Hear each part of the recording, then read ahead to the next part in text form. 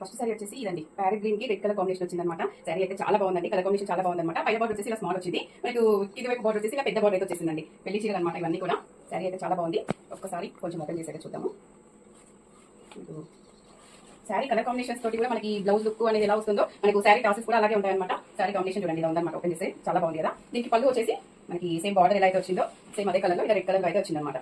చాలా బాగుంది కదా సారీ అయితే. దీనికి కుచ్చులు వచ్చేసి నేను ఇలా వేసానండి, ఇలా వేసాను అనమాట. చాలా బాగా వచ్చాయి అనమాట. మనకి కలర్ కాంబినేషన్ బాగుంది కాబట్టి శారీ కుచ్చులు కూడా చాలా బాగా వచ్చాయండి.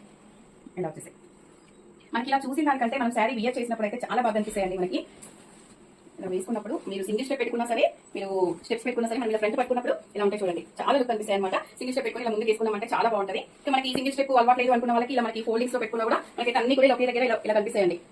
చాలా బాగా కనిపిస్తాయి అనమాట. మనకి శారీ ఎంత మామూలు శారీ అయినా మనకి కుచ్చులతో కూడా చాలా లుక్ వస్తుందండి. చూసే వాళ్ళకి మనకి ఆ లుక్ తెలియదు, ఇలా వెళ్తున్నప్పుడు చూసే వాళ్ళకి ఆ లుక్ అనేది తెలుస్తుంది అనమాట. మనకి ఇలా అనిపిస్తుంది అనమాట. ఫస్ట్ శారీ వచ్చేసి కలర్ కాంబినేషన్ చాలా బాగుంది అనమాట శారీ అయితే. ఇప్పుడు నెక్స్ట్ శారీ చూద్దాం.